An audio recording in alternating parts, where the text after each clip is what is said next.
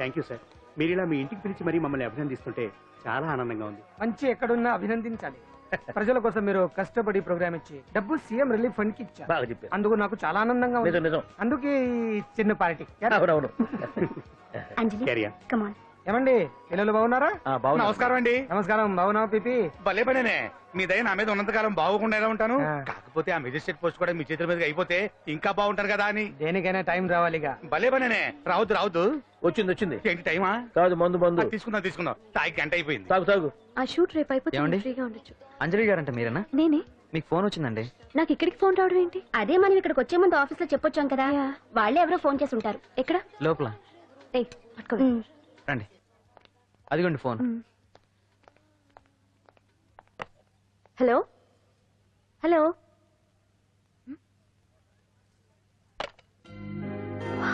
Painting బాగుందా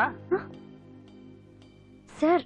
మీరు phone వస్తే పెయింటింగ్ బాగా నచ్చింది అనుకుంటాను. నేను వేసిందే. చాలా బాగుంది సార్. రే వెళ్ళప్పుడు అది ప్యాక్ చేసి ఈవిడికి ఇచ్చే. అయ్యో వద్దు సార్. నీకు నచ్చింది కదా. వద్దు సార్. ఏంటి నచ్చింది ఇస్తానంటే వద్దంటున్నావు? నేనైతే అలా కాదు. నాకు ఏదైనా నచ్చిందంటే అవతలి వాళ్ళు ఇవ్వనన్నా బలవంతంగా తీసేసుకుంటాను. రా అంజలి, రారా, పర్వాలేదు రా. ఆ ఫోటో ఎవరిదో చెప్పుకో.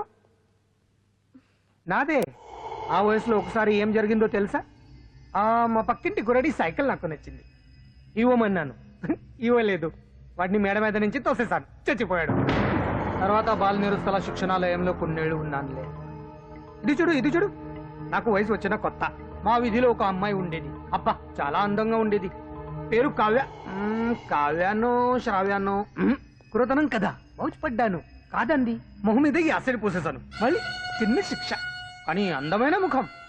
ఇలాంటివి చాలా ఉన్నాయి మన లైఫ్ లో. తర్వాత ఆటో భగవాన్ అవతారం.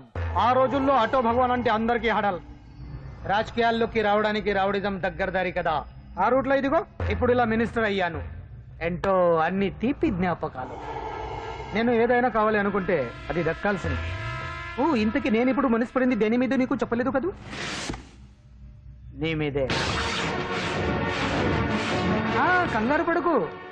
ఒక్కరోజు నీ జీవితంలో ఒక్క రోజు నాతో గడుపు.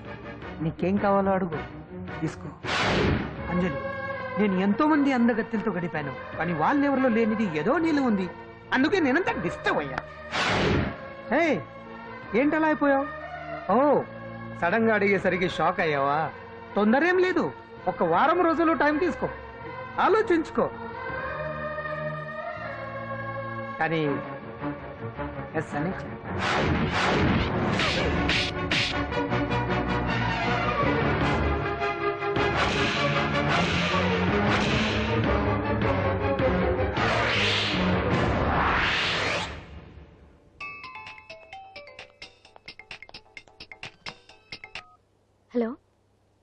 హలో. పొద్దు నుంచి రాంగ్ కాల్స్.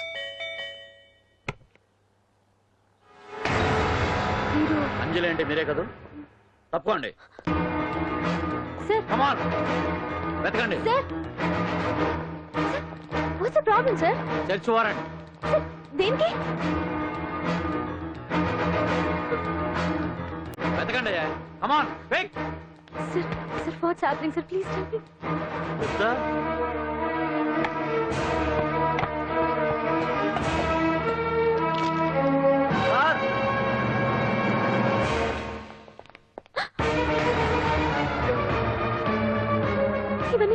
ఇవన్నీ ఇక్కడికి ఎలా వచ్చాయో నాకు తెలియదు సార్.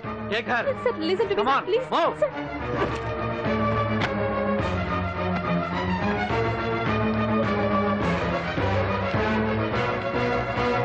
ఎన్నాళ్ళ నుంచి చేస్తున్నావు ఇదంతా? నాకేం తెలియదు సార్, ఇదంతా కుట్ర. ఏనా నీకు వేరే ఇల్లు ఏమైనా ఉందా? సోషల్ సర్వీస్ అంతా బూటకం అన్నమాట. చెప్పు, ఈ మందులు ఎక్కడి నుంచి తీసుకొస్తున్నావు, ఎక్కడ పంపిస్తున్నావు? ఇవి మాత్రమేనా? హెరాయిన్, కొకైన్ లాంటివి కూడా సప్లై చేస్తున్నావా?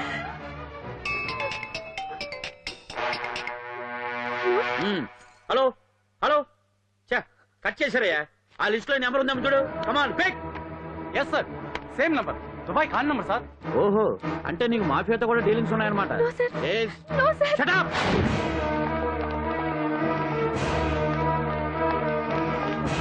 ఎక్కించండి, తప్పండి. ఈ రోజు ఉదయం ప్రముఖ టీవీ యాంకర్ కుమారి అంజలి ఇంటిపై పంజాగుట్ట పోలీసులు దాడి చేసి అరెస్ట్ చేశారు. అంజలికి డ్రగ్స్ రాకెట్ తో సంబంధాలున్నట్లు, సోదాలో లక్షలాది రూపాయల విలువైన మత్తుమందులు దొరికినట్లు పోలీస్ కమిషనర్ వెల్లడించారు. అంజలి ఏంటి మాదక ద్రవ్యాలు ఎక్స్పోర్ట్ చేయడం ఏంటి? ఇదంతా ఏదో మాయలా ఉంది సార్. అరే బొద్దింకని చూస్తేనే భయపడేతాను. లేదు సార్, దీని వెనక ఏదో కొట్టుంది. తను ఎలాంటిదో మన అందరికీ తెలుసు సార్. తను ఎప్పటికీ ఇలాంటి పనులు చేయదు. అంజలికి మనం తప్ప ఎవరూ లేరు. మీరే ఏదో ఒకటి చేయాలి సార్. ఏం చేయమంటారు? ఛానల్కి మంచి పేరు తెచ్చే పనులు చేస్తే సపోర్ట్ చేయొచ్చు కానీ ఇలా సాక్ష్యాధారాలతో సహా ప్రూవ్ అయ్యాక ఇంకా ఏం చేయాలి? ఇప్పటికే మీడియాలో మన ఛానల్ పరువు చాలా డ్యామేజ్ అయింది. సార్ నిజానికి నిజాలు ఏమైనా ప్రస్తుతం మనకు అనవసరం. అంజలి విషయంలో ఎలాంటి పక్షపాతం లేకుండా అన్ని ఛానల్స్ లాగే మీరు న్యూస్ కవర్ చేయండి.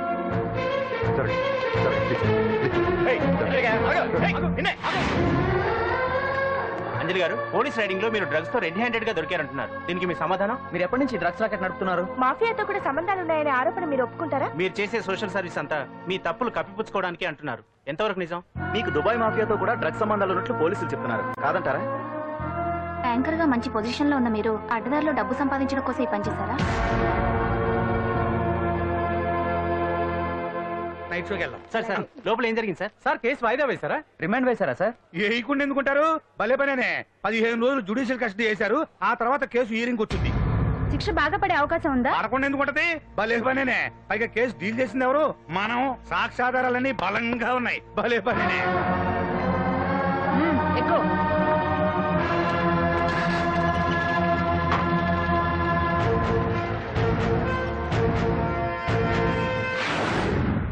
రత్తాలు, రంగమ్మ, పంకజం, అంజలి, విజయ, కూర్చో, కాసులమ్మ, నాగమ్మ.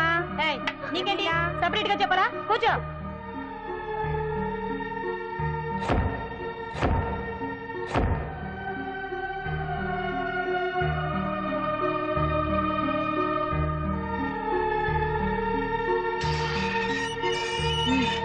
లోపలికి వెళ్ళు.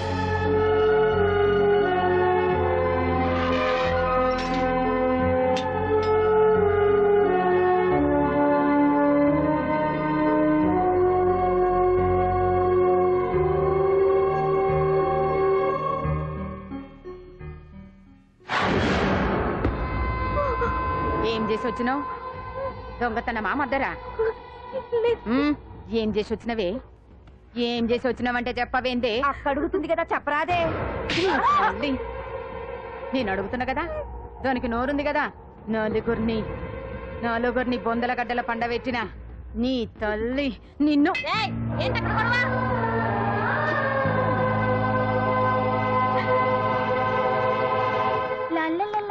సుందరి, ఏంటి పండు? నాకు సాయం చేసి పెడతావా? నేనా? నీకా సాయమా? మ్. నువ్వు అడగాలే గాని నా ప్రాణాలైనా ఇచ్చేస్తా.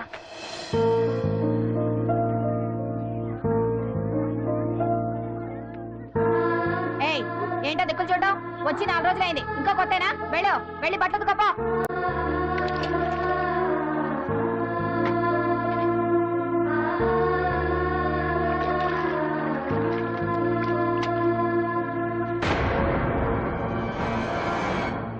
వేయి కూడా ఎత్తుకో.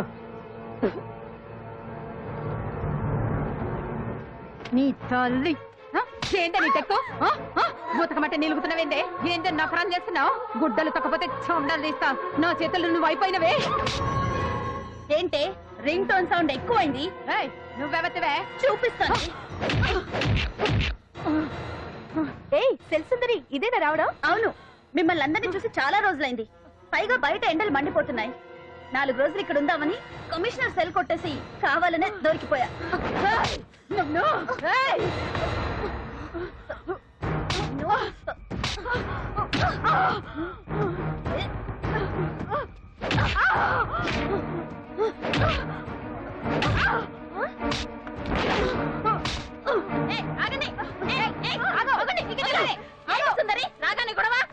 గొడవ కాదు మేడం, ఇది అమ్మాయి మీద దౌర్జన్యం చేస్తుంటే ఆపాను. అవును మేడం, దీనికి బాగా బలిసింది. దీన్ని అమ్మాయి సెల్లోంచి తీసేసి సుందర్ నా అమ్మాయి సెల్లో వేయండి.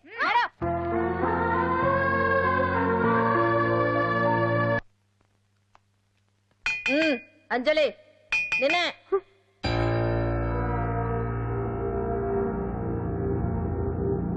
ఫోన్ నీకే. నాకా? ఎవరు? మాట్లాడు. హలో భగవాన్, నా పక్కన పట్టుపరుపుల మీద పడుకోవలసిన దానివి గట్టిగా నేల మీద పడుకున్నావు. నాకు తాపం తగ్గించి ఉంటే వరాలు ఇచ్చేవాడిని, కానీ నువ్వు నాకు కోపం తెప్పించావు. వదిలే. ఎలా ఉంది జైలు? అంజలి, నువ్వు అక్కడ బాధపడుతుంటే నాకు ఇక్కడ బాధగానే ఉంది. అందుకే మరో అవకాశం ఇస్తున్నా. ఇప్పటికైనా నువ్వు ఊ అంటే నిర్దోషిగా బయటికి వస్తావు. ముడి వేసిన నాకు తిప్పడం పెద్ద కష్టమేం కాదు. ఆలోచించుకో. పెద్దవాళ్లతో పంతం పెద్ద పులితో చెలగాటం లాంటిది. అనవసరంగా బలైపోతాం. ఆలోచించుకో.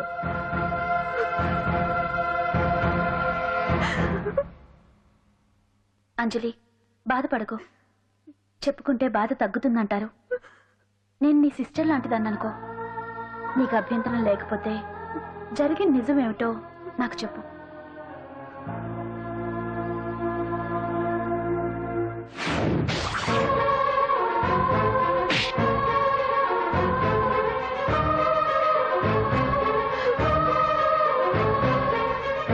నా అనుకున్న వాళ్ళు ఎవ్వరూ నా కోసం రాలేదు. నాకు మిగిలిన ఒకే ఒక ఆశ, నా ఫ్రెండ్ రాహుల్.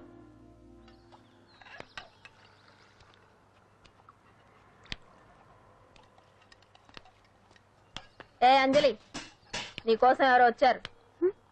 ఎవరో రాహుల్ అట.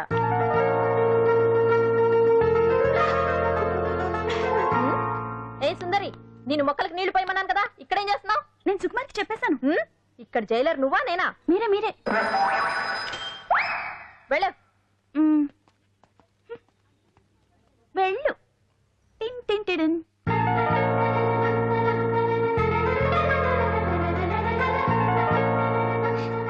రాహుల్, రాహుల్ ఏం జరిగిందో చూసావా? నా మీద కుట్ర చేసి ఈ కేసులో నన్ను ఇరికించారు రాహుల్. నేనేంటో నీకు తెలుసుగా. అసలు దీనికంతటికి కారణం ఆ మినిస్టర్ భగవాన్. వాడు ఏమన్నాడు తెలుసా? నన్ను ఒకరోజు వాడుతూ తనతో గడపమన్నాడు, అంతేగా? ఈ విషయం నీకు? నాకంతా తెలుసు అంజలి. నీకు ఇంకో నిజం కూడా చెప్పాలి. వాళ్ళు నీ ఇంట్లో డ్రగ్స్ పెట్టడానికి హెల్ప్ చేసింది కూడా నేనే.